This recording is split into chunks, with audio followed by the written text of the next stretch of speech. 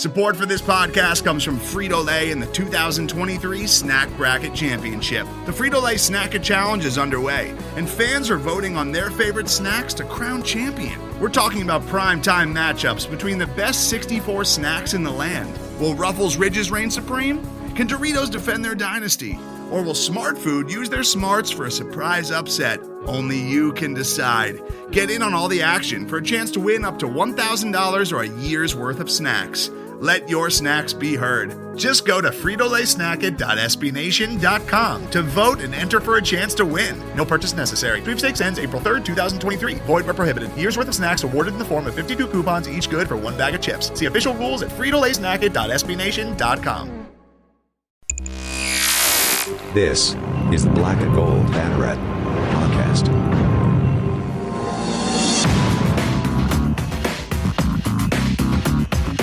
Now, here are your hosts, Jeff Sharon, Eric Lopez, and Brian Murphy.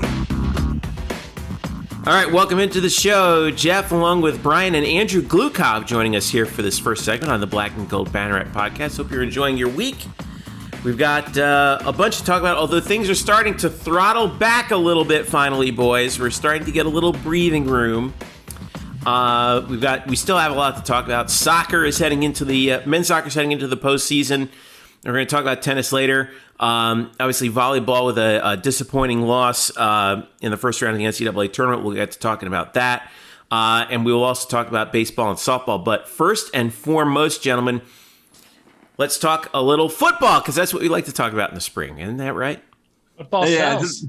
But Andrew certainly hasn't listened to these last few programs where we push football to the back of the program. Yeah, we need to make up for that now. So let's talk about the annual UCF spring game. Perhaps the second most highly anticipated spring game in UCF history compared to the one with Scott Frost a few years back. But we were there. Drew, you were there. I was there. First of all, let's give just a quick recap of things. It was basically a practice. There was something resembling football taking place.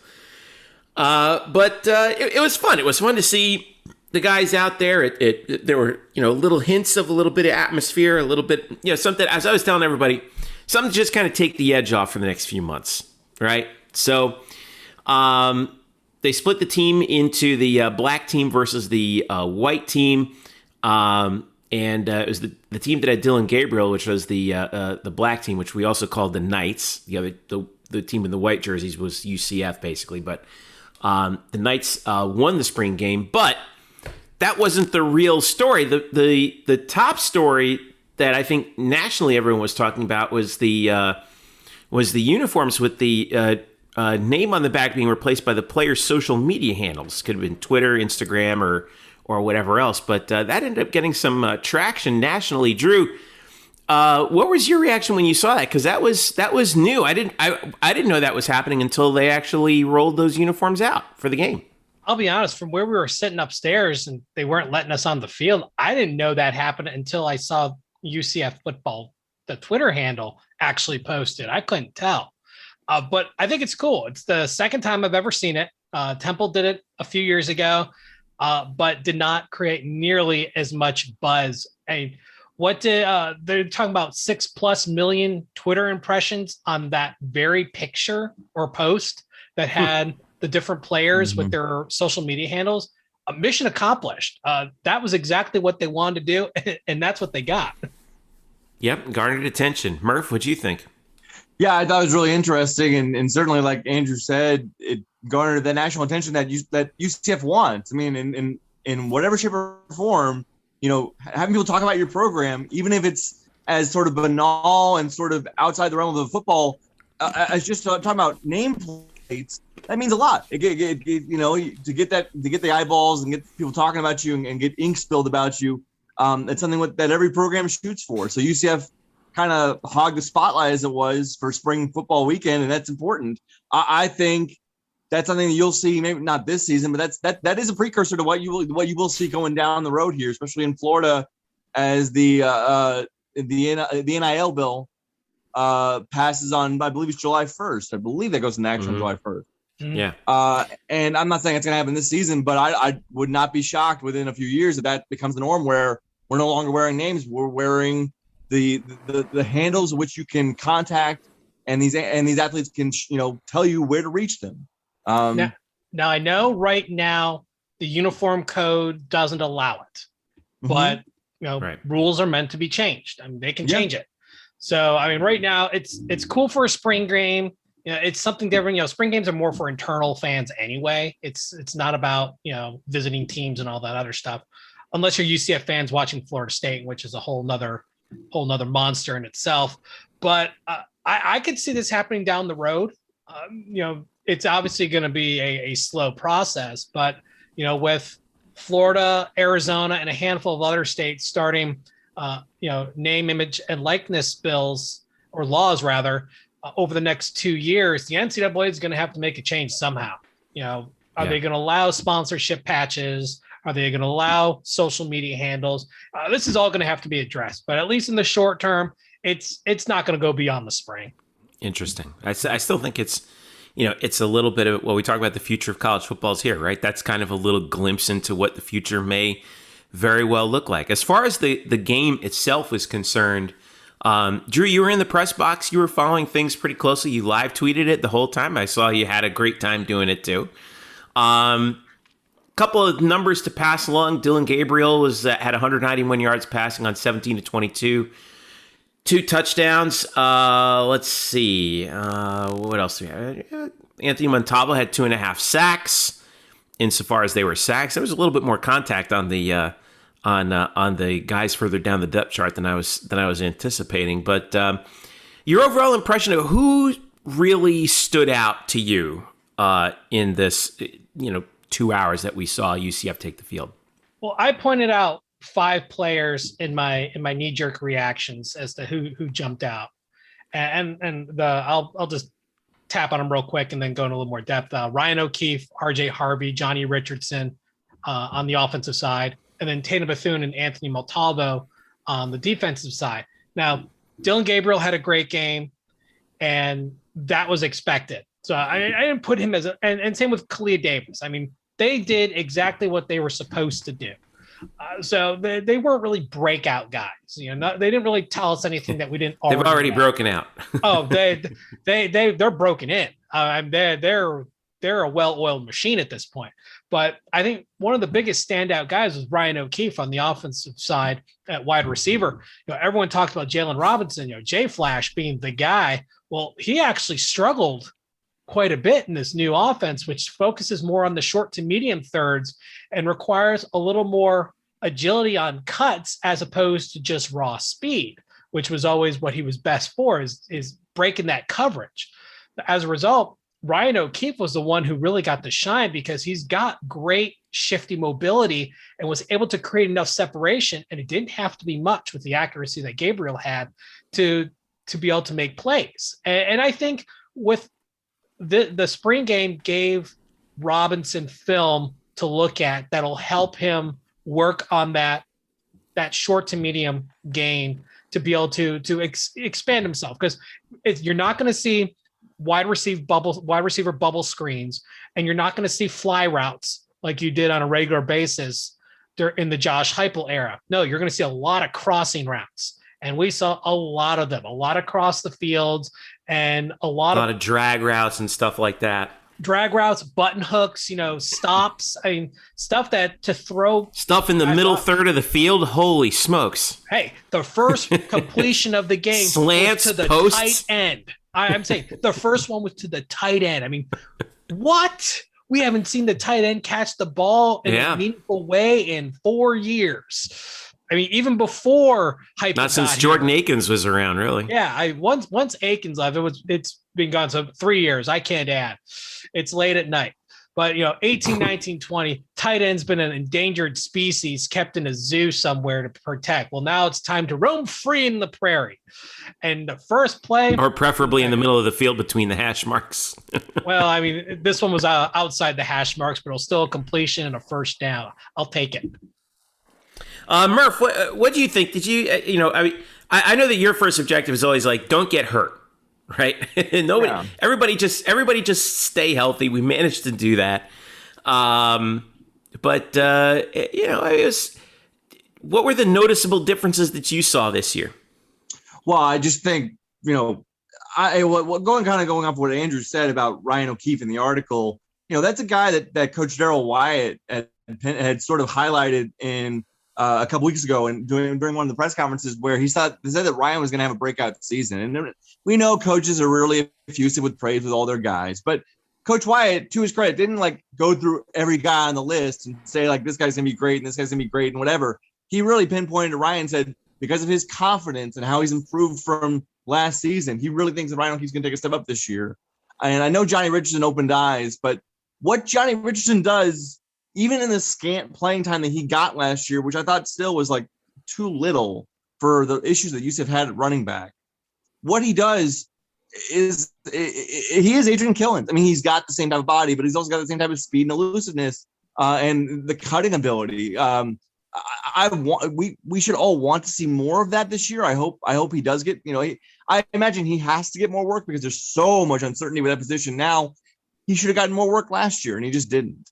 So I'm really intrigued after this spring game and knowing that he impressed, seeing if he can carry over that into the fall. But I'll always say this. Good spring game impressions are not worth anything. There have been guys who have been stars of spring games who then did not play a snap during the fall, or at least a meaningful snap. As long as no one got hurt. Look, the two things I liked is no one got hurt, and they did some gadgety trick plays with some fun stuff. Who was it? Ryan O'Keefe. Yeah, Ryan O'Keefe threw that pass to Dylan Gabriel. Yeah, and then we saw Kalia Davis is playing running back.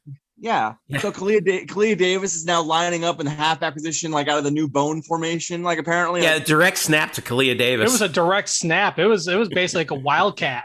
I know. Like they said, we're gonna run that during the season. Okay, Gus, I got it. It doesn't matter. Show that stuff in the spring game because that's what the fans really do like to see. We don't want to see practice. We want to see the fun stuff. Yeah. I was, on top of the guys that you were talking about, I was excited to see what RJ Harvey did because, he was a guy that we, had heard about, was a quarterback up in Virginia, came down here, put some, has changed his body from that of a quarterback to a running back and looks really big out there and scored, I think, 3 touchdowns. Was it true? He had a pair of touchdowns. He had a pair of touchdowns, yeah. But, he... not including the transfers coming in like Bowser from Northwestern, but for the guys that are currently on the roster, he's basically fitting in the bruiser back role that UCF has needed since Taj McGowan left. Yeah. He was actually the second guy I highlighted in the knee jerk as far as standouts. He had an outstanding game, and you can tell as the game wore on, he got more comfortable. And that's something that Gus Malzahn said, that as the game wore on and he got every carry, he gets a little more experience, he feels more comfortable. He's still growing in this role. I mean, he's incredibly raw. Quarterback, switching to running back, but boy, is he a natural. I mean, the guy is gifted and he is hard to tackle. Yeah. I see a lot of good things from RJ Harvey. Maybe not this year, but definitely next year. Well, I'm interested to see if there's a sort of competition brewing between him and Bentavious Thompson for that bruiser back role, right? So we still have a whole summer to figure all that out. I can answer that question. During spring practice, we had a chance to talk with Bentavious. When he was nursing some injuries and lost a lot of weight, so he's actually focusing more on speed than size. Interesting. I think he said he lost about 20 pounds during his rehabilitation, and as a result, there goes that bruiser back. So I think it's Harvey's to lose at this point, but I mean he just needs more experience, needs to grow a little bit more into the position and understand some of the nuances. One of the things that was kind of cool, and I hope to see it again, Murph poo-pooed the Wildcat, but hey, I happen to like the cut that Kalia Davis did. He was a running back in high school. He's got more running back experience. You mentioned that too. I didn't realize that he was a back in high school. Now he's got more experience than RJ Harvey as a running back. I'm just saying. Probably right. It's probably right. All right. So overall impressions, success? Oh, absolutely. It was fun. It was hot out. The turnout wasn't. The alumni came out. Yeah, the turnout wasn't huge, but I mean, were you really expecting it? I mean, it's a spring game. It's hot out. We're still dealing with the pandemic. So I mean, the turnout wasn't gigantic, but obviously for a lot of fans, it was good to go out and see some football in person that they haven't seen in some a few months, some in over a year. The players played well. As Coach Malzahn said, the defense is maybe 60% installed, so we didn't really see anything creative. It was very base. Yeah. Every offense was pretty basic too. I thought, even though we saw, they weren't running some really wild wrinkles out there per se, because they're still in, like he was talking about, like evaluation territory. Yeah, evaluating different guys, right? The other squads, right? Go ahead, Murph. I'm sorry. That's something to keep in mind too. Like they just started the install on these schemes like 2 to 3 weeks ago. So we're barely scratching the surface on these guys really knowing what they're going to run. Right. For some reason, when I think of installing a scheme, I have this impression in my head of like a 3x5 floppy disk, like being loaded into a disk drive. Wow, you're aging yourself. I mean, yeah, I know it's bad, but hey, my thing is like nobody got hurt, right? We had a little fun out there. It took the edge off. Now it's going to be, from now till the next about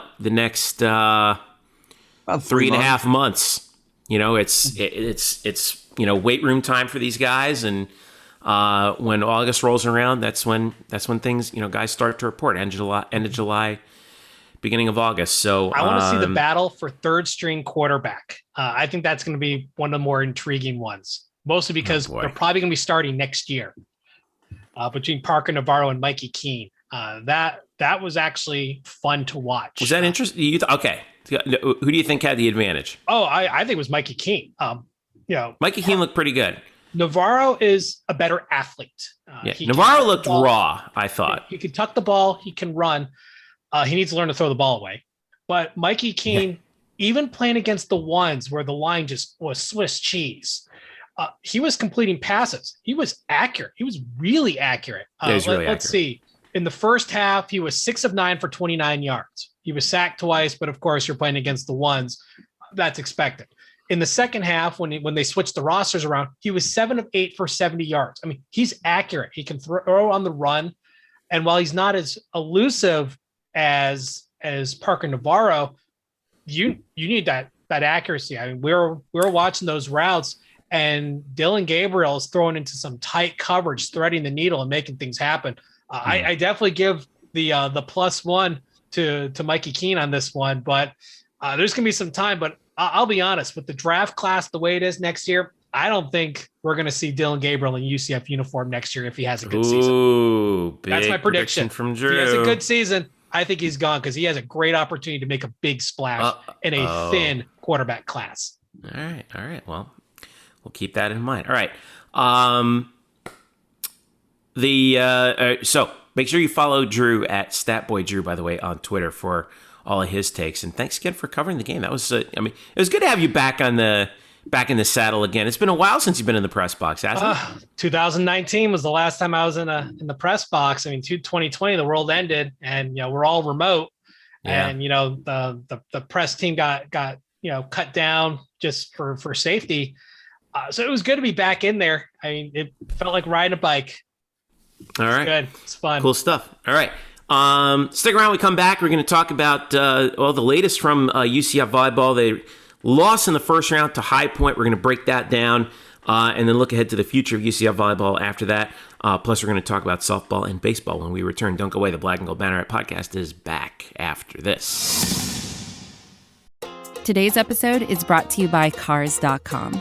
With over 2 million vehicles and 50,000 more added every day, Cars.com will match you with the perfect car for you, your budget, your life, your style. And if you're ready to say goodbye to your current car, Cars.com will get you an instant offer to cash it in. Just start by entering your license plate and get matched with a local dealer who will write you the check. So whether you're looking to buy or sell, just go to Cars.com. It's magical. Welcome back. Jeff and Brian with you. Drew dipped out, and pinch hitting for him is Eric Lopez, who during our first segment was following UCF Softball. We'll talk about that in a second, but it was a bittersweet evening on Wednesday, April 14th for UCF sports. We'll start with UCF Volleyball in the first round of the NCAA Tournament. Highly anticipated match. 48 teams. They matched up against the Big South champions High Point, who came in undefeated. And even though UCF won the first set, boy, did High Point really acquit themselves well, winning in 5 sets and eliminating UCF from the NCAA Tournament. UCF finishes with a 16-2 overall record. It was a real shock. This was, I had stated on Twitter, this was as shocking a loss for any UCF sport as I have ever seen. UCF won the first set 25-22, then they lost the next two, 25-19 and 25-21. Came back, forced the fifth, 25-23, before falling 15-11. They had leads in all three of the sets that they lost, actually, and couldn't slam the door. McKenna Melville had 21 kills. Tally Marmon actually had a good game with 16.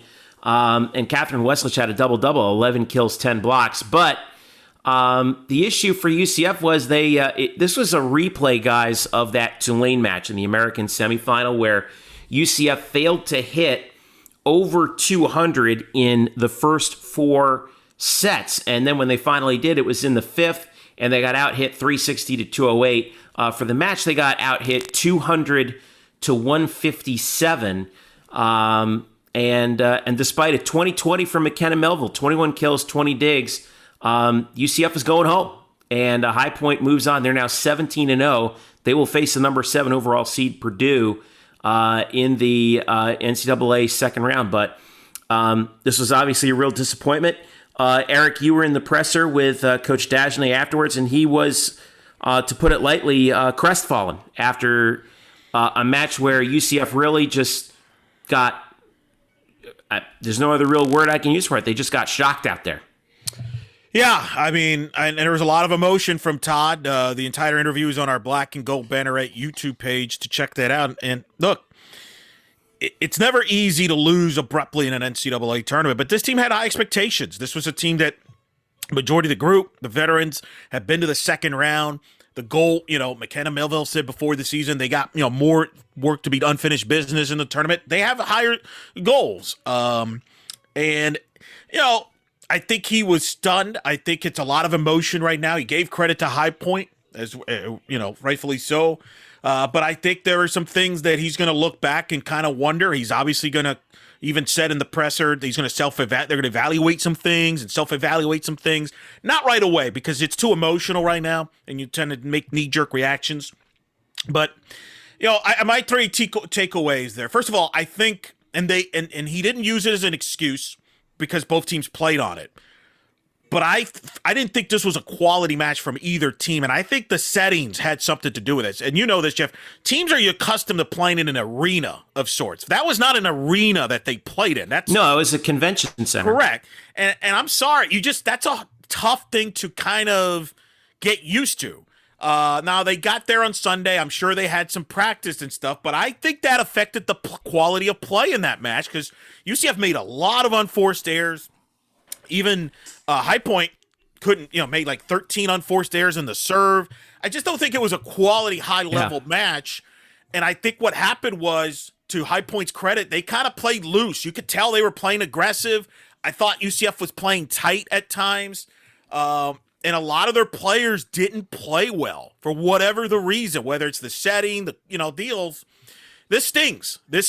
Because, this was a neutral court. You didn't have to go to Gainesville to play Florida and all that stuff. And you play a High Point team that, you're favored by. This stinks. You mentioned it's a shocking loss. Yeah, I think this is right up there with UCF baseball losing to Stony Brook when they were a win away from the Super Regional in 2012. And Stony Brook beat them twice in Coral Gables. And you just, the Rooney era never recovered from that. Hopefully this team does recover from that. The thing they'll help them. It's a quick turnaround to the fall. But this stings. This is going to sting. I know they left right away after the match. They flew back. And it's going to be a long summer. And I think they're going to think back of what if. Because, as we record this, two things are going to happen here. Either Purdue is going to blow away High Point, and you're going to think to yourself, geez, how did we lose to that team? Or if High Point upsets Purdue, you're going to be like, that could have been us. and so this hurts. This hurts. Or you think if High Point beats Purdue, you're like, man, High Point really is that good. Maybe, but players don't think that way. They always think they could have won that. And go into 5 sets, and I think they thought, they're going to think back, man, we could have just played a little bit better. And, you mentioned McKenna's numbers, but I thought, High Point kind of focused on her. They made it difficult on her, and unfortunately, and Todd had been working on this all year to try to create that balance, but nobody else really stepped up, Jeff, offensively. It was, and that put him in a tough spot. Yeah, here's what happened in the match. You kind of have two options with UCF.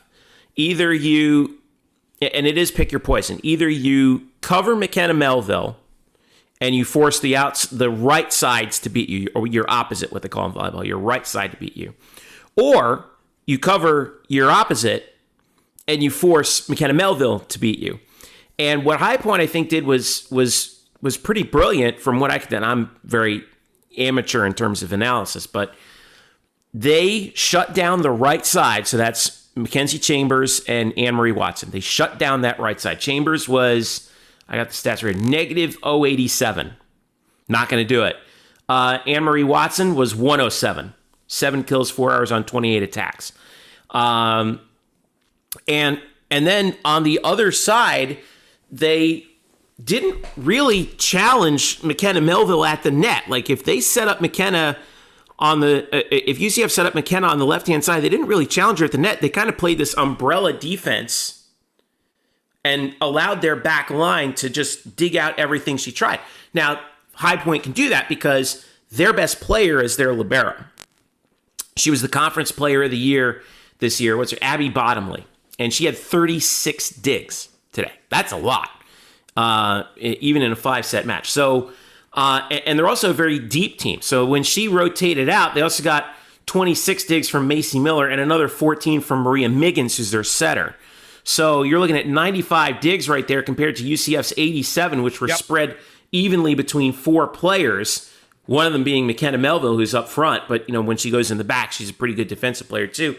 And UCF just didn't have an answer for that. Well, and they got didn't you feel they got frustrated too? They really did. Right? Yeah. You and I were talking during the match, and second set, you could sense that they were like, man, what is going on? Why can't we get anything through on this team? And I think that just continued to rear its ugly head throughout the match. And the way you know that defense was working was in the second half of that rotation. Tally Marmon comes in and she's on the left side in McKenna Melville's spot. Okay. And Tally had 54 swings tonight. McKenna had 60. Usually McKenna has, no matter what you do, she has more than Tally Marmon does. But Marmon had 54 swings. So you have 114 swings between 2 players. And that's a lot. That's a lot to ask of your top 2 players. And the reason why that was that way was because they were setting that High Point was basically saying, okay, go ahead and beat us left side. You can't beat our defense. And they turn out to be right. And you got to hand it to them. You got to hand it to High Point for playing a defense that worked. They had the personnel to do it. They had the ability to do it. They dared UCF to do it, and UCF had no answer for it, which is just a real bummer. But that's the on-court part of it that was what it was. Now I don't know if anything's going to come out of it. Like if somebody was hurt later on, that may have affected some performance. I don't know. But some of the players take the match for granted, where they think, because sometimes when you win so I don't think that's the case. You win so much, you think you could flip the switch and hey, they were up, they jumped on them 9-1, I believe, in the first set. Sometimes as a player, you're thinking it's too easy. Sometimes you can get too quick of a start. I'll even quote something off of this podcast last week. I forgot who said it, but I remember distinctly some people saying, "Who's High Point?" Because again, there was this concept, this sort of idea that, oh, it's High Point. I mean, no, they're a conference. That was Drew, wasn't it? That wasn't me. I wasn't in that segment. I know it wasn't me. That was Drew, I think. We're blaming Drew. There you go. It wasn't me. There you go. yeah. So now I'm throwing Drew under the bus while he's not here. That's how I like to do it. Stab people in the back, kids. Don't forget it. But yeah, I mean, there's at least part of me that thinks like possibly they were looking forward to Purdue at number 7 national seed rather than a High Point, which leads to the low point of their 18. season. Look, these are 18 to 22 year olds. You're not professionals. I would not be, especially the youngster ones. I would not be surprised if they took High Point for granted, said, all right, we're fine. We've always pulled this out. We've always found the way. In a weird way, because Purdue's on the horizon, it's hard to ignore. Sometimes you're better off playing a name brand, if you will, in the first round than you do Florida State last year. Right. I don't think it was the case. I certainly don't think it was the case that UCF wasn't prepared, because I know that they were prepared for High Point. I think, whether or not the players took High Point lightly once they stepped out onto the floor, I don't know. I don't think that's necessarily the case. I see where you're coming from on that, and sometimes it's hard to look past the vegetables when you see a cupcake on behind it, so to speak. Which is I'm sure like you said, Eric, they aren't professionals. These are 18 to 22 year olds who are like, I can't wait till we get to see Purdue. We're going to get them this time. Well, not all of them have been through High it. Point and we can't. I still say this. I'm going to maintain it as always. You have to give High Point a ton of credit. They were ready. They brought the energy, and they emotionally overwhelmed UCF. I think in that match, that their bench was jumping around with every point, and and even sometimes you could say you could kind of go back and forth on that and say, well, maybe UCF has it's UCF's MO to be very calm, very cool, very collected. Hey, don't worry about it. We got this. Let's keep our feet underneath us and we'll be fine. And I think that was what was happening. It's like, hey, we'll figure it out. We'll figure it out. Don't worry. And then they never figured it out. And High Point just kept throwing, a pair of kings on him. And you're right. And that was that. But now the thing is, they have to get over this, because you can't let this linger. Because this sometimes happens in programs and sports teams where you have a loss, you have high expectations, you have a shocking loss. Do you get over it? And I mentioned the baseball example with UCF. That 2012 team was super loaded and had high expectations. They got to Coral Gables. Miami got eliminated in 2 games. They didn't even have to deal with Miami. They're a win away from going to the Super Regionals for the first time in program history. All they got to do is beat this team in Stony Brook, who's the 4th seed, and they lost twice. To paraphrase Drew, where is Stony Brook? Right. They lost Stony Brook. And, UCF threw future Major League Baseball pitcher Eric Skoglund in one of those games, and Brian Ack, and they lost. And the Terry Rooney era was never the same. They never recovered from that. They were never the same program after that.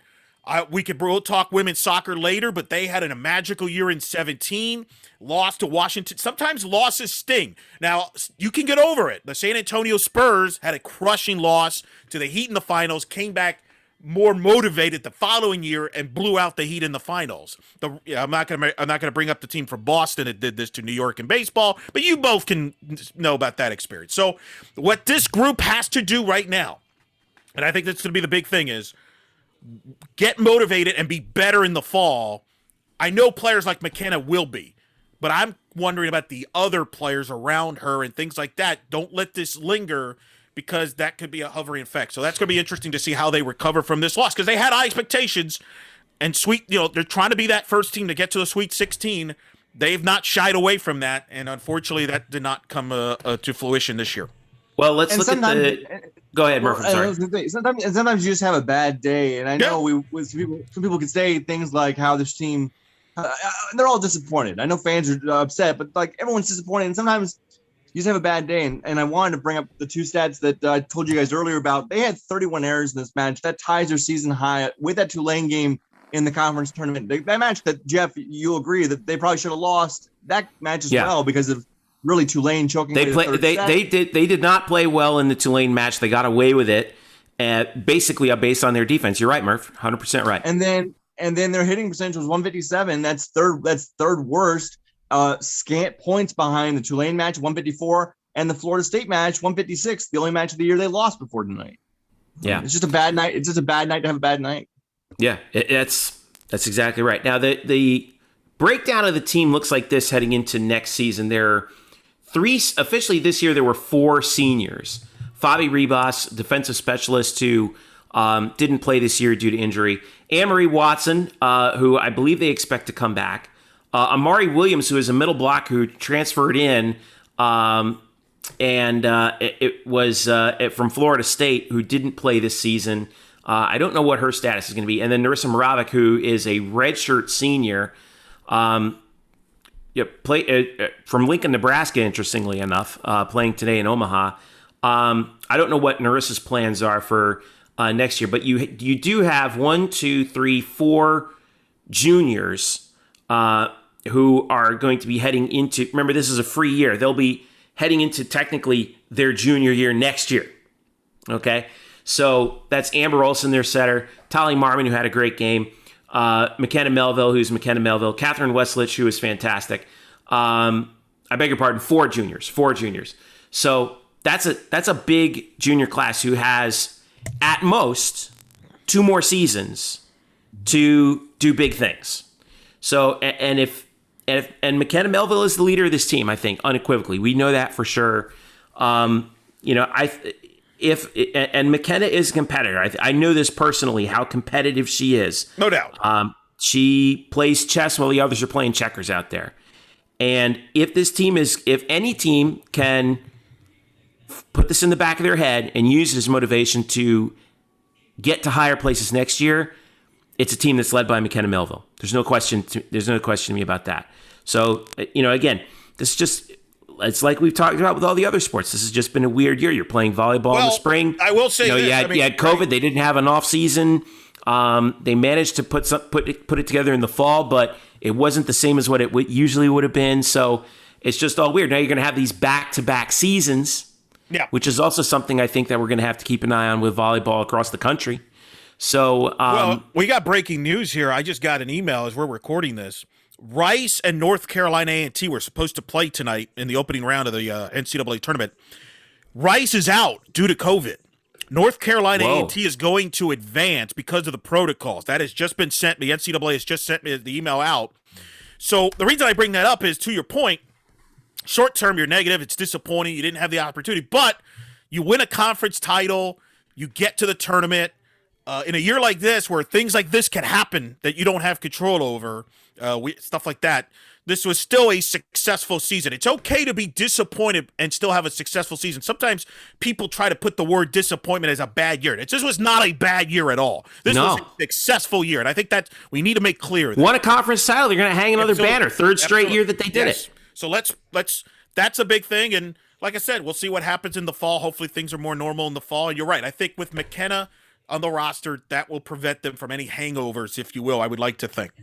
All right. In the meantime, we ended the evening on a positive note, Eric Lopez, because your UCF softball team, who, by the way, was heading up to Gainesville today to play Florida. Here's this crazy story. The bus gets a flat tire on 75, all right, heading up to Gainesville for this game. And you were sending me direct messages on Twitter like, oh boy, here we are. We're going to get blown out by Florida after this disaster. Well, guess what? Wasn't Florida doing the blowing out? It was UCF who beat Florida 7-0. Yep. In Gainesville, a sweep of the Gators. They go into Gainesville, beat them 7-0. And how about Brianna Vasquez? Complete game 3-hitter. Is that right, Eric? Gave up just 3 hits. Yep. Boy, did she need that start, right? Against a quality opponent. She's been scuffling all year, and she comes up with a tremendous on just a bizarre day. They pushed the start of the game back. What was it? 2 hours? 40 minutes. 6:40. About 40 minutes. Okay, which was nice of them. I bet you they're thinking they probably shouldn't have done that. Well, credit to Florida. I will say they actually they sent their bus to pick them up in Ocala, because the bus, they had a flat tire, and it was going to take longer than that. And Florida said, "We'll just pick you up on our bus." And they did that. So Florida's got a bus. Very nice bus. They don't need to call it the charter company. They just say, "Here's our bus." But I'll tell you what, I mean, UCF came out hitting 4 runs in the first inning. Shannon Jordy, who is becoming a superstar, not hit her 9th home run. She had 3 hits against Florida. And you mentioned Brianna Vasquez. That's a signature win for her. She's been kind of scuffling this year. That's a huge win. She joins Lindsay Enders and Allison Kime as the only UCF pitchers to win in Gainesville. It's the first win in Gainesville since the 2008 regional final. And Brianna Vasquez, the only pitcher that was better than her tonight was Carlos Rondon of the White Sox, who threw a no-hitter in Major League Baseball. That's it. No other pitcher tonight in the United States was better than Brianna Vasquez. But to beat Florida twice, first time in program history, and this is a huge psychological win. They beat them twice, and they scored 15 runs in those 2 games. Florida has given up. Those are the 2 games that have the most runs that this Florida pitching staff has given up. If UCF has to go back there in the NCAA tournament, psychologically, they have an edge on Florida, which has never happened before in previous years. Heard a great number on the telecast that Florida has given up a total of 15 home runs. Their pitchers have given up a total of 15 home runs all year. 5 of them have been to UCF hitters. Yep. It's they've had Florida's pitching staff number. And the thing is, Tim's thrown everybody against UCF. It's not like he, in past years, he would hide certain pitchers because in the back of his mind, hey, we might see him in the regional. He's thrown everybody against UCF, and none of their pitchers. And he has no answer. No. And that, we'll see if that comes to fruition down the road. Obviously, we got bigger fishes to fry now because now UCF has to come home, hopefully, and I can't confirm. I've been on the phone while you guys were recording the first segment. They are back on their normal bus. They got it fixed, and they're busing back home from that victory. Well-deserved. New tires and all. That's right.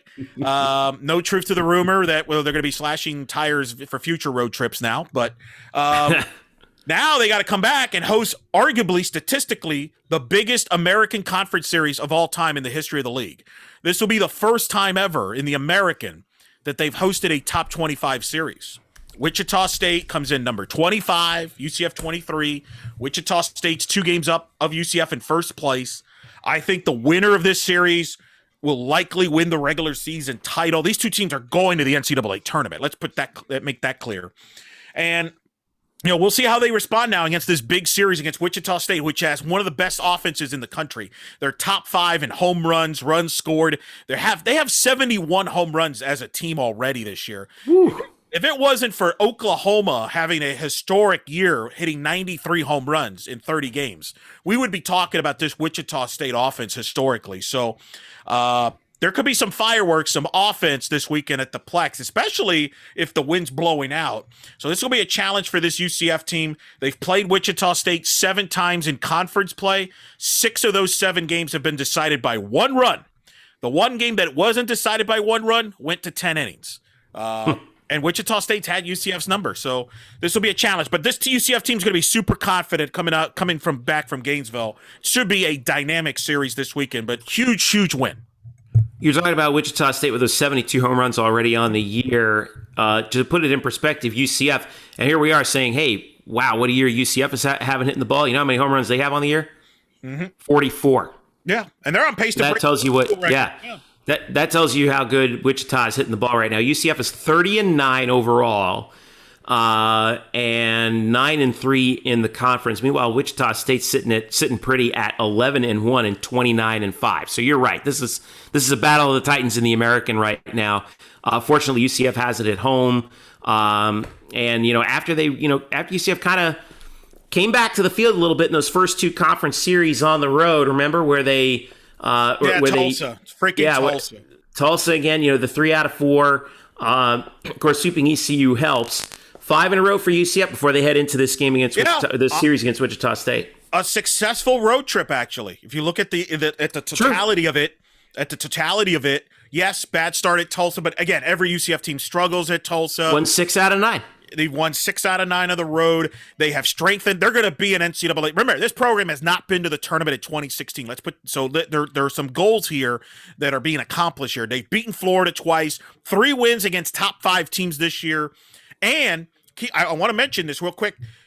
This year, the sites are predetermined in softball. I just interviewed Matt Larson for the softball podcast I host, In the Circle. Checked it out. It's predetermined. We're going to find out the week of April 26th. If there are certain teams that cannot host, and there are some questions of some of the bigger teams whether they can host or not because of the protocols. A team like UCF could end up hosting without being a number 1 seed. It's not crazy.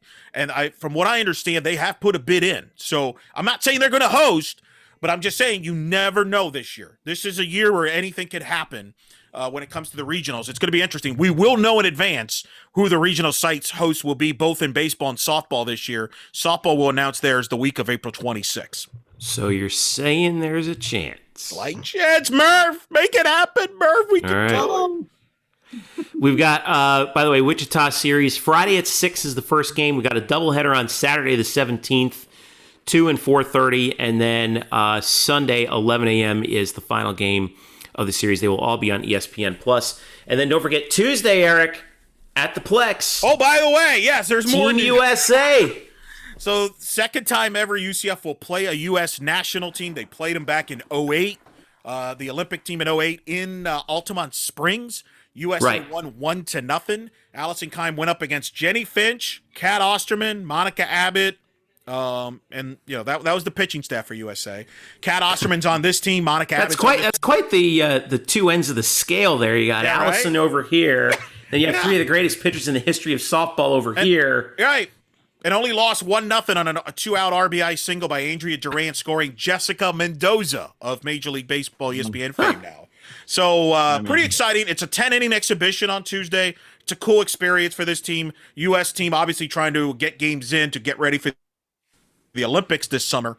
So it's a cool opportunity for them to play them. That'll be a fun deal. I'm looking forward to that. Honor to hopefully have a chance to call that. All right. So we'll be on the line for that one. All right. We're going to take a break. When you come back, Murph will update us on some baseball. Also talk soccer, their preview of their American Athletic Conference Soccer Championship, which starts tomorrow, Thursday, April the 15th. Don't go away. We'll be right back. Welcome back to the Black and Gold Banneret Podcast. Jeff, Eric, and Brian with you here as we wrap it up. We still got a lot of stuff to talk about for this weekend, starting with soccer. All right. Men's soccer is in the American Athletic Conference Championship. The 7-3 Knights are the number 1 seed, and the tournament is taking place in Orlando, here at UCF. The Knights will face their arch rivals from SMU, whom they've beaten twice in the season, in the semifinals on Thursday. That's April the 15th at 7 p.m. UCF beat SMU back on April the 2nd, 2-1. And then beat them 2-0 when they were ranked number 9 in the country. SMU was at the time, back on March the 13th. 3 consecutive conference championships for UCF and Scott Calabrese. What a job that Coach Calabrese has done, Eric Lopez. They clinched that at Memphis with that 3-0 victory to clinch their 6th win in a row. What a job by this team, who we thought was in trouble at 1-3. Right? And still had 2 games with SMU left on the slate. At that time, SMU was ranked in the top 10. And then look what happened. 6 consecutive wins. Over the course of those 6 wins, they've allowed a grand total of 2 goals. Yannick Ertl is the conference goalkeeper of the year. And here's UCF as the number 1 seed, once again, with the tournament at home. It's still remarkable. They beat Memphis late night, Friday night. 3-0. I remember talking to Coach Calabrese at 1 a.m. Talking about that. That's on our Black and Gold Banneret YouTube page as well. I'm still amazed they pulled this off to win 6 in a row, to win a 3rd straight regular season title. This is pretty special stuff, what they pulled off. I understand why the Tulsa head coach won the Coach of the Year. They were picked last in the preseason, so they had a great year. Give them credit. They finished in 2nd place at 6-3-1. And all due respect, obviously, to Coach Calabrese, the Tulsa coach did a great job this year. He did a great job, but this might have been Calabrese just had just as much of a claim to that award. I think this is his best job he's done. When you consider this team was without Yannick Ertl for a couple matches due to an undisclosed injury. They lost, Learman through an injury in the first match, missed a few matches. Mm-hmm. You had a situation where you had a player sign a pro contract, and Louis Perez, who was one of your top players, left after 1 match. He signed a pro contract. I mean, this season looked like was destined to head south, and it didn't. And obviously Gino Vivi stepped up his game a little bit. Dorado and some of the other guys did. I did a lengthy interview with Austin David, who did a lot of their matches on ESPN Plus. That's on our YouTube page as well. And he broke it down. I mean, these guys kind of settled in. You know, they were pressing early. They didn't have the confidence. But once they started scoring goals, Gino Vivi, for example, he was very passive early in the year, got more aggressive as the year went on. And it just all clicked. And just remarkable job for them. And their reward for that is a third meeting with their rivals right off the bat in the semis. Are you kidding me? Oh. Well, I mean, that's how it all works out. SMU ended up finishing in 4th place in the conference. By the way, all conference for UCF are in addition to Yannick Ertl winning goalkeeper of the year, Yoni Sorokin was co-midfielder of the year along with Knut Allender. What a great name of SMU, Knut Allender. UCF won the Team Fair Play Award. And then your first team all-conference selections, Ertl, Yoni, along with Giannis Learman and Anderson Rosa, who really came on late. What a freshman find he's been, by the way, as an offensive defenseman, by the way. And then second teamers, Hattie Barry made second team, and Luca Dorado, Andrew Lizness, and Anderson Rosa all made the all-freshman team. Yeah, Rosa and Lizness were all unanimous choices. Rightfully so. Rosa was impressive to me. He's got a bright future ahead. Yeah. For Yannick, by the way, that is to me, that cements his legacy at UCF as one of the top 3 goalkeepers of all time. Winston DeBose, obviously the UCF Athletic Hall of Famer, the Florida Sports Hall of Famer is number 1. They had another Rick Brentsevic who followed.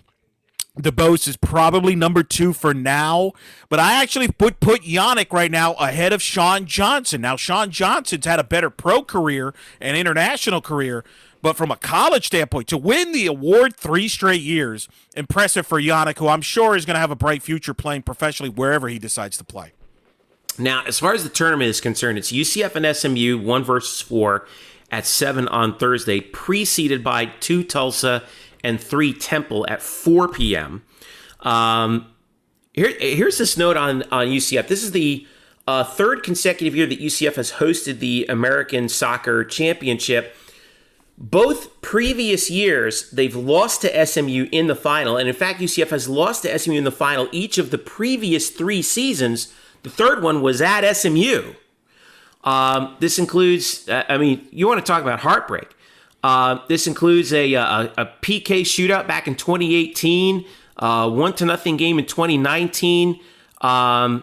This has just been heartbreak city for UCF against SMU. Now they got to face them in the first round, but with a chance to get to the championship. Is this the chance for UCF to finally get over the hump and win that elusive conference tournament championship?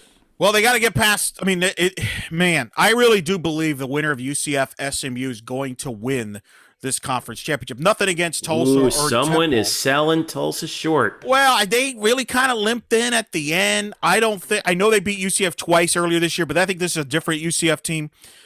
I'm nervous about this. I don't like the fact they're playing SMU right away. I think SMU knows, and this is such a fascinating situation because remember the tournament, the NCAA tournament is 36. The selection show is Monday. Now, I personally think UCF is in because men's soccer, the American and men's soccer is very well respected. They've been a 3-bid league as recent as 2019. I think they're going to get 2 in, and I think UCF's one of them. And I think the other team is either going to be SMU or Tulsa, unless obviously, or if Temple wins the tournament and things like that. But SMU worries me, man. This is a rivalry match. SMU knows they've beaten them before in postseason. I'm curious to see how UCF comes out early. Do they come out aggressive with that confidence that, hey, we've beaten this team twice? Or do they come out passive? Because Brian and I were at that last championship game in 2019 when it was cold, and SMU took it to them early. UCF was very passive. We were shocked. I remember Murph was giving me a hard time because I was selling Murph about, man, this is going to be such an exciting match. You're not going to believe it, Murph. And nothing was going on, and Murph is looking at me like, what the hell is going on here? Like, what? That was the same year that we had that wild, was it 4-3 game? Right, 3-3, whatever it was. Or 4-4, I think it was a tie. Right, and the championship game was such a slug, boring, it was really their dullest matchup of the ones they had. Opposite. Right, complete opposite 1-0 game. So that kind of worries me a little bit. But if they can get through the SMU hurdle, I really think UCF will beat Tulsa or Temple in this matchup. That's why I think this matchup is a huge match. And maybe, you mentioned all the the losses in the championship game. Maybe it's better that they play them in the semis. I don't know. Who knows? Get them out of the way as soon as you can. Right. Go Championship is slated for Saturday, by the way. At 7 p.m. All the matches will be on ESPN Plus. So Thursday at 7 for your UCF and SMU. Winner plays Friday or Saturday at 7. I think our buddy Garrett's calling it, by the way. Is he calling it remotely or in town? I gotta find. Oh no. Well, with him, who knows? He's the type. Or it could be Lincoln doing it. No, I don't know. See, one of them is doing one. See, there's a men's soccer championship and a women's soccer. He's calling one of them. Lincoln's calling the other. I don't know which. I think Garrett's calling the men's. It would make sense. He's been calling SMU soccer all year. Done a phenomenal job, by the way. You've worked with him, so you're not surprised. So I would assume that Garrett calls the men's soccer championships while Lincoln calls the women, but that's just speculation on my part. On the other side, the women's soccer team saw their season come to an end on last Sunday. You want to talk about Murphy's Law? Here's how it went for UCF women's soccer. They started out the season 2-0 and then did not get a victory the remainder of the year. They lost to Houston 3-1 at home in a game where, first of all, when they were coming in, they needed to win that game in order to snag the 4 seed and have their season continue in the conference tournament, which they could have done based on what you were talking about last week, Eric, the points per match formula that they had to go to because there were some matches that were scheduled that were called off due to COVID-19 problems. They fall down 2-0 in the first 10 minutes against Houston, in addition to the fact that Caroline Delisle was not available, and neither were 5 other starters for various reasons. Yeah. So everything went wrong. The game was delayed. Also, on top of this, the game was delayed by 6 hours because of the rain that we had and the bad storms we had here in Central Florida. What a no other way to say it. What a crappy way to end the season. It was a weird night. Yeah. I'll never forget it. Me and Brian are talking because I remember the they didn't stream the match. And part of me was like, all right, cool, because I'm watching WrestleMania. And then me and Murph are just upset over this debacle of a match. Maybe the worst match in the history of WrestleMania took place at 8:00 hour. First match, Randy Orton and The Fiend, Murph's favorite, who loses inexplicably. One of the most dumbest of a one RKO, right? Because his female friend turns on him and is like spitting goo all this time. So me and Murph are yelling at each other like, "What the blank is going on here?" While this is going on, I'm getting messages, dude. Do you believe what's going on with women's soccer? And I'm like, "What are you talking about?" I look up, they're down 2-0. They sent me somebody sent me their starting lineup, and I'm like, "What the blank? What?" I couldn't believe it. So that was a weird 8 to 8:30 block on Sunday night. Look, man, so it was unfortunate. We've talked about this throughout 2020, and it's still a factor in 2021. I mentioned it earlier in this show. Rice's women's volleyball season just ended because of COVID protocols. They were in the tournament. They didn't play a match. Right. And, again, we're not going to speculate on the women's soccer, but we do know from sources that some of the players, not all of them, but some of the players that didn't play in that was COVID tracing stuff. Not that we don't know it. That's all we know. But it's tracing. And I believe most of them would have been back for the conference tournament. But as a result, you're left very shorthanded. And I don't care who you are. That's a tough task there to win. I mean, it's a shame because the goalkeeper who started, by the way, is a good story there. She overcame cancer. So I do want to make a note of that. That's a positive story there. But unfortunately, she's the backup goalkeeper. I think I think some of the players were playing out of position from what I saw in the starting lineup. It was just, and that's why I don't take these event games for granted, because you never know when something might pop up and all of a sudden your season is just wrecked up. So a very frustrating season for women's soccer. A young team that struggled at times with consistency. Lack of scoring, I think, was an issue that they're going to have to address. Kind of bit them at the end of 19. And I think for Coach Sahadek and company, the question now between now and the fall is how do we make up ground to Memphis and South Florida, who have been the best two programs over the last couple of years in women's soccer. Mm-hmm. I expect those two to play for the championship. I expect those two to be in the NCAA tournament. And I think for Coach Sahadek is, can we grow up fast enough and add a couple other pieces to get back to that level? Because they were not this year for various reasons due to inexperience. I do want to give a shout out. The goalkeeper you're talking about is Nala Turner, who who suffered from non-Hodgkin's lymphoma, was diagnosed stage 4 on January 9th, 2020. Went through 6 months of chemo and radiation, and finds herself in early 2021 on the field playing for UCF, and it was fighting off cancer through a global pandemic. You want to talk about a tough woman, Nala Simone Turner. God bless. I'll tell you, it's really something. It's a shame that her last game, went the way that it did, but she got to play. She got to be on the field, and that's a remarkable story. And she's mad applause to her. Mad applause to Nala for everything that she's been able to accomplish, and we wish her the best of health going forward. As far as UCF women's soccer is in general, like I said, it's a bummer how the season ended, but I think this is one of those things where you kind of have to throw it out due to COVID. I mean, it's well, you hope that the young players got this experience will make them better for it in the fall. Yep. There's some things, like I said, goal scoring, they still got to get better. They really haven't figured out that goal score like they used to with Morgan Ferreira and company. They got to get back to that level if they want to beat South Florida and Memphis for the conference title. But you still got Caroline Delisle. Hopefully, I know they got a good recruiting class coming in. So hopefully in the fall things will be a little more normal and things will go better. Tennis. UCF women's tennis beat South Florida 7-0 on Friday. They have 2 matches left. They're at Florida State on Friday, and then they're home for Tulsa on Monday, and then that's it for the regular season because the following Thursday, the 22nd, starts the American Championships at the USTA National Campus. FSU, by the way, number 4 in the country. This is a big check with me situation for UCF women's tennis, just 13-4 on the year.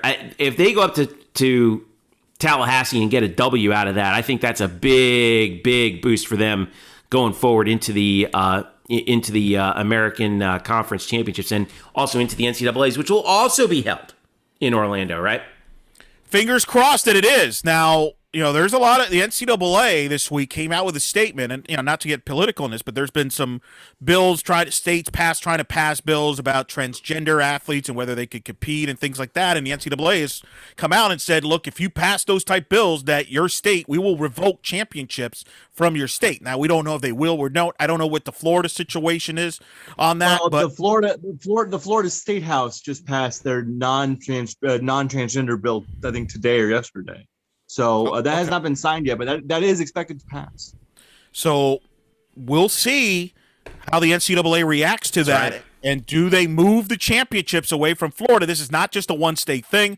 There's other states involved in this, but that is something to monitor in the coming weeks because we'll see what happens here. Will the NCAA, who have come out with a statement saying they will consider moving out of the championships out of those states? We'll see. Yeah. Right now, they're ranked 18th in the ITA as a team. Florida State ranked 4th. So, and then Tulsa, by the way, is ranked 46th. So that's going to be a pretty tough matchup as well to finish out the regular season. The men on the other side are at 17-3, 5-0 in the conference, and they won 9 in a row. They beat Wichita State on Monday and North Florida on Sunday. Combined 9-2 in those. Number 29, Wichita State, they knocked off too. So 2 more matches against ranked opponents in the American at home. Number 27, Memphis on Sunday the 18th. Number 38, Tulsa on Tuesday, April the 20th. The men are currently ranked 11th in the ITA rankings. And I'm checking the singles rankings too because I want to see where Gabe DeCamps is up to number 3. Number three moved up one spot from number 4 to number 3. And it reminds me of a point that Todd Dagenet made in his postgame after the volleyball match. And I want to bring this up again. he mentioned it. They were limited on what they could do from a non-conference schedule. They were kind of more geography friendly schedule, if you will, right? Local scheduling. And he said in his post game that he felt that kind of hurt their development of the team and the growth of the team. And I think you look at tennis as the example of what he's talking about. By playing a tough non-conference schedule nationally, they have played a national schedule. Yes, they have. Both tennis programs have grown and allowed to grow to this level where they're at right now, and that includes Gabe DeCamps, who is a national title contender in singles play. So, again, I'm going to make this point because I agree with Todd, and I'm going to defend the coaches on this for the Olympic sports, because I know there's some that out there that think, well, the Olympic sports should just do local scheduling to save money because they don't bring revenue. Hogwash. They should schedule nationally. They have to schedule nationally. Local regionalized scheduling does not work. It does not work, and it does hurt your programs. So I will defend Todd and other coaches on that. I support them in their belief in how they should schedule a national schedule. If you have an issue, if a school is losing money, look at the coaches' buyout and what they're paying the coaches as a problem in football. That's where the issue is, not the Olympic sports. Exactly. And that brings us to baseball. Oh, Murph, baseball. That brings us to baseball with Murph. Clearly, it's the caboose of the show because I don't know what we can say. I don't know. Well, 2 out of 4 against Cincinnati. They split the doubleheader on Friday. Saturday was the notable game of this 4-game set last weekend at Cincinnati. Get a load of this, folks. Final score was 20-10 UCF. UCF had drew 20 walks in this game. They had 20 runs on 14 hits. They scored in every inning except the 8th. It's just one of those wild college baseball games, that you look at and you're like, geez, like what in the world is happening? I wish the picture was wild, except everybody was just walking. Yeah. Josh Crouch was 3 for 4 and hit 2 homers in this game. And UCF got the W. They're currently standing, Murph, right now at 14-18, but 4-4 in conference, and they finally get to play a home series in conference this week against South Florida. Doubleheader Friday, followed by Saturday, and then Sunday. Are we okay with where they are right now? I mean, obviously, No. Okay, I get that. All right. Let me rephrase, Your Honor. 4-4 after 2 road weekends in conference. No. There's something to work with here or no? Look, we said on this podcast, me and Eric were very adamant on this podcast last week that they needed to win 3 out of 4 last week. They had to. They really needed to win 3 out of 4 against Cincinnati team that was not just beaten, but in most cases laid to waste by East Carolina the weekend before. And East Carolina is a top 10 team. They're going to be a national seed. Cincinnati's not the only team that East Carolina's been laying waste to, by the way, I should say. Right, they're going to be great. But still, you need to win 3 out of 4. And the problem is, and it's one of those weekends, again, where you're just asking what if. And UCF could have won 3 out of 4. Hell, they could have swept. They could have swept because the 2 games they lost 1 game in the doubleheader on Friday 2-1. A game in which they went 0-7 with runners in scoring position and left 9 men on base, and they had 3 errors in that game. We've talked all year long about their inability to hit with men on base and in scoring position, and their defense. And then on Sunday, they're up 5-2 going into the 6th inning, and Billy McKay, who really had been really good in a game before, in a game earlier this weekend, just didn't have it. Didn't have it at all. Allowed all 4 of the batters he faced to reach base. They all came around to score. Cincinnati put up 6 in the inning, and what was a 5-2 game was now 8-5 Cincinnati, and they went on to win 10-6. UCF could have swept, but again, it's the things we've been talking about all year. They don't hit. They don't have good timely hitting. They haven't all year, and now it's like a trend. Usually those things are fluky, but now it's like they just haven't done it. They still haven't done it. And they do not have a true stopper. And it's really been this team's weirdest element that with all, I'll say it every week, with all of the Love Lady teams and all of the closers that this team has turned out and in eighth inning guys, ninth inning guys who have been just rock solid. They don't really have a guy can put up a zero at any moment. They have good pitchers, but they don't have a true lockdown guy, and it's just weird, and it's really hurt them. And this is the worst year to have that issue. I really believe, guys, if you had last year's bullpen into this year's schedule, if they would have played a 4-game conference schedule, that team last year was built for that. Murph, right? We covered the CSUN series in Siena. The bullpen was strong. You were confident that every guy was coming in. You knew the plan. Hey, let's get the ball into Hakinson. They were built for the 4-game series. They had more depth. This year is the complete opposite. I don't think this is a team that's built for a 4-game series, and I think it exposes the flaws that you just brought up in this bullpen. They're not as deep, and there's not that confidence that you had last year where you're like, I feel good about this guy this year. I watched the Cincinnati series with you, Murph, this weekend, and I didn't feel great about anybody that was coming into the game. No, there's not that guy that you're like, all right, he's going to put up a zero here. There's not that guy. Should have been Jack Sinclair, right? I think we all thought it was going to be Jack Sinclair. Then the Hunter Patterson just could not get it together as a starter, and I've heard that that he just did not. I don't know if he mentally or physically, but he did not prepare the way he needed to prepare this year, coming into this year to be a starter. And it's just so weird because he was so good in the fall, and they were going to depend on him to be their Saturday guy, or really just their Friday guy in game 2, really. And he just hasn't had it. They moved him to the bullpen. He's going to be in the bullpen for the rest of the year.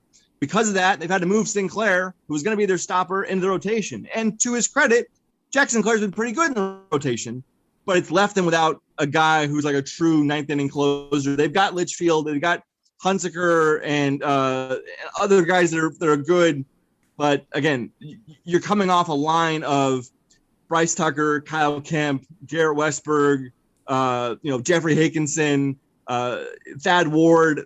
These are dynamite relievers. Well, they had great arms last year. I think we took it for granted, all the guys they lost. Yeah. Oh, well, Jeffrey Hakinson was a stud, but you also had other guys that threw a lot of innings for that team last year that they lost. So it is, but it's just frustrating because the talent's still there. I mean, there's so much talent in this offense. This lineup, I still look at this lineup and I go it's just so inconsistent, and I don't get it because it's like this lineup, guys, is really good. I would tell you if it's bad. I've seen bad lineups from this program. Like in 2017, I think they had 4 guys who were worth their salt, and then it was we got nothing past number 5.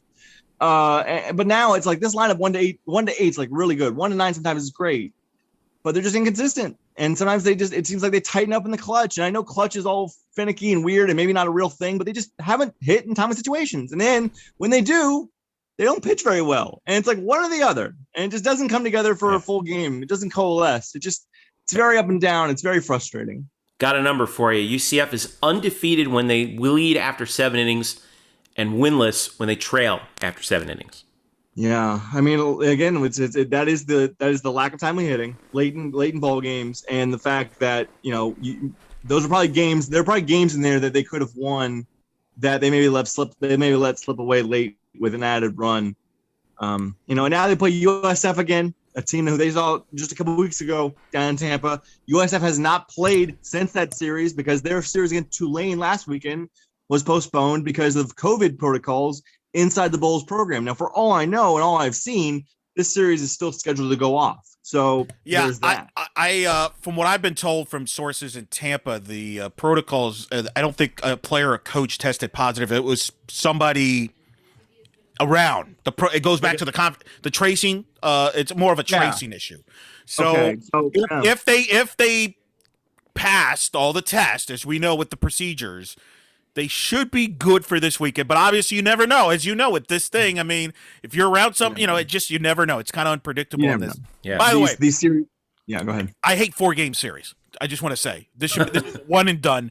I hate 4-game series, softball and baseball, because I really do. You win 2 games in a normal year, you felt like you accomplished something. This year, you win 2 games, you feel like you wasted it. It's a wasted weekend. Yeah, everyone's kissing their sister after 2-2 weekends. Right.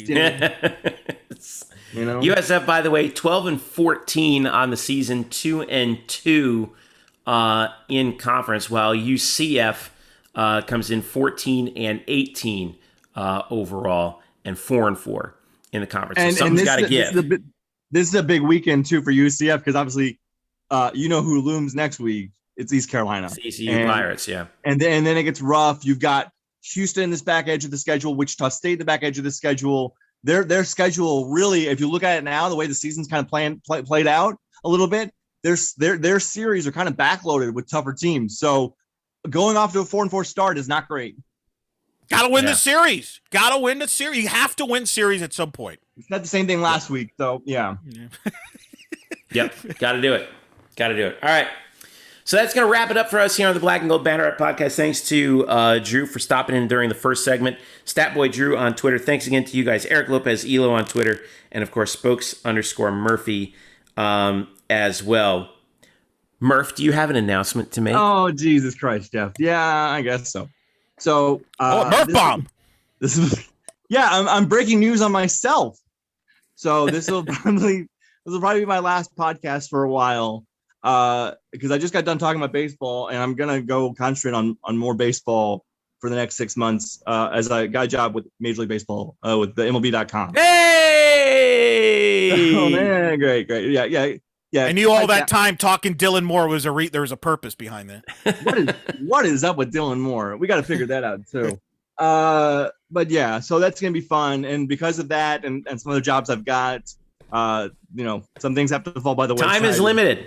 Yeah, unfortunately, this is one of those things. So I'm not going to be like disappearing, but yeah, I'm not going to be like the Fiend who just vanishes. We'll see. I mean, look, this is a way for me to get my foot in the door at Major League Baseball, and hopefully I can keep my foot in the door and then get inside the room and stay inside the house, and that would be fun. That would be fun. Congratulations, Brian Murphy, achieving what must have been some kind of dream, writing for MajorLeagueBaseball.com. Yeah, it's not bad. It's not bad. Well, look, it all traces back to a January night in 2017. People who don't know, I came here without really a plan. I had flown back from LA, where I had lived for about since 2009, so about 8 years, and I came back here really not knowing what I was going to do. I ran into Eric Lopez after a UConn UCF basketball game, right, Eric? In January. That's correct. Right. A Sunday night too, a rare Sunday night game, I think it was too. And I think Connecticut won that game. They might have, yeah. I think Connecticut won that game. And anyway, you told me about this site that you guys had started up with Jeff Sharon, and I sort of remember Jeff a little bit. I know it's weird, like Jeff is only 1 year ahead of me, but I know who Jeff was. I definitely knew who Eric Lopez was because we hung out a lot in college. But then I called. Then he said, we're starting up the site, and maybe you should join. And so I called Jeff the next day, and he said, I can't pay you. I said, that's fine. I just want to write sports again. That's all I really want to do. I had been covering fantasy sports for the past decade, and it was nice and fun, and I got to meet some cool people and stuff. But like fantasy sports wasn't really where my heart was. It was about writing like real sports and real stories, and it was writing real sports. Yeah, going to real games, and fortunately, I got an opportunity to do that here at the Banneret. And my baseball writing was good enough for me to get what was supposed to be a 2-month freelance job with the Sentinel in 2017. I was supposed to 2018. I was supposed to be on the Sentinel for 2 months for the end of their 2018 baseball season, and then I was supposed to go. And then I turned into like the UCF guy who covers basketball, baseball, and is like number 2 in football. So it was a really, or basically fun, like the guy who does things that Matt Murchell didn't want to do, right? No, first of all, don't slander Matt Murchell. I'm not slandering Matt Murchell. Kidding. No, but so it was really really, really fun, and it got me back to doing what I love to do, which is writing about sports and telling stories. And then the pandemic came, and things changed, and people lost jobs.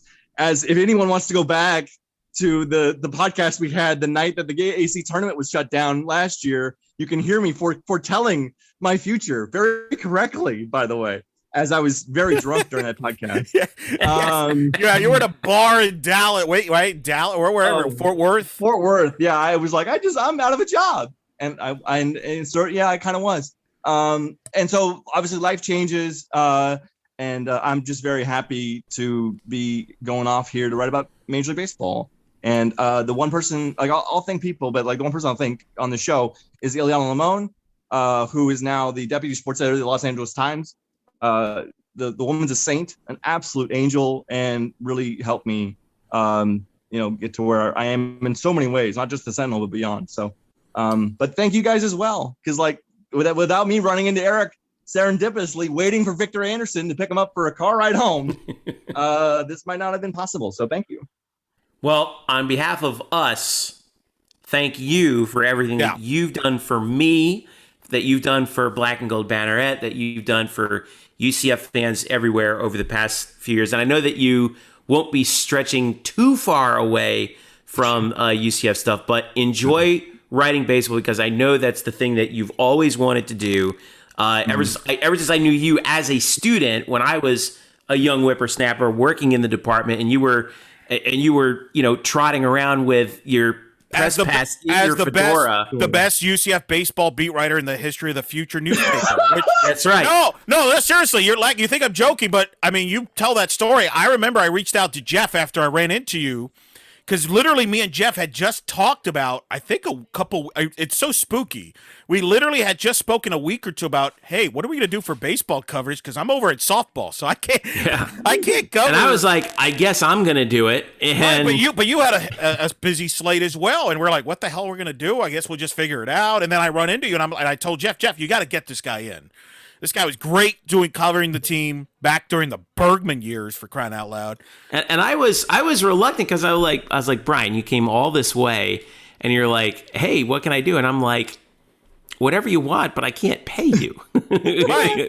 Is that okay? Yeah. And you're like, yeah, sure, that's fine. I'm like, okay. Right. And I remember, because the message I said to you is like, look, man, you're great at writing baseball. Why don't you just cover the baseball team? And you never know what could leads into, and who knows, and I'm super excited for you. And I'm glad that worked out all those years later. Yeah, it's amazing.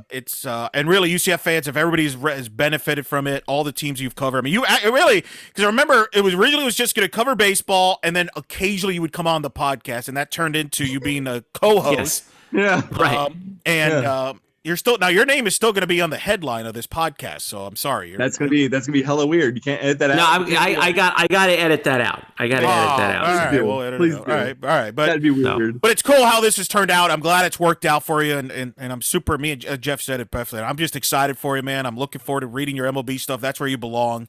And I'm stacked. I'm excited for it. And I'm proud of you, man. Thank you. And I feel like it's a good time, because it's been 4 years, so I feel like I've used up all my eligibility here at UCF, and I can go somewhere else now. You mean you get a free one because of COVID. Remember, That's Brian? right. You can come back for a free one if you want. All right, we'll see. Well, Brian, congratulations. As always, folks, do follow. If you don't follow Brian already, you just freaking should. Like, what's the matter with you? Spokes_Murphy. On Twitter, where you'll be seeing a lot more of him talking about Major League Baseball, which is something that maybe he'll just bring up enjoys tremendously. And Dylan Moore. Dylan Moore. Hey, unfortunately, the only UCF baseball news we have right now is that Dan Winkler got put on the COVID list. This is that's about it. Oh, that's not good. Not good. No, I don't want to talk about that. All right. But thanks again to Murph for being awesome and helping us build this thing into what it has become, and I personally am forever indebted to you for your incredible effort and belief in this project. So thank you from the bottom of my heart. I really appreciate it. Thanks, man. I mean, it was a good time for me to come in. I mean, considering I came in right before the undefeated season, right as UCF baseball was winning conference championship, or buy low, sell high. I mean, really, I feel very lucky to come in when I did, and I feel like leaving now, it's maybe a good time. It's like you bought Bitcoin in 2010, and look what's happened. Yeah, it was like, Peach Bowl and Fiesta Bowl first 2 years, it can only go up from here. Right. And then you covered an NCAA tournament basketball, first time for basketball in 14 years. The best UCF basketball game of all time. That's right. What a time. What a time. So Spokes_Murphy on Twitter to follow him. As always, please make sure that you, if you listen to our podcast regularly, thank you as always. Don't forget to leave us a comment and a rating wherever you listen to your podcast, be it on Apple or Android devices. We appreciate it as always, and make sure you tell a friend as well. If you don't subscribe to our podcast, you can on iOS or Android devices as well. So for Eric Lopez and Brian Murphy and Andrew Glukoff and all of us here at Black Gold Banneret, I'm Jeff Sharon saying thank you so much for listening. Enjoy the weekend. Congrats, Murph. Bye, everyone.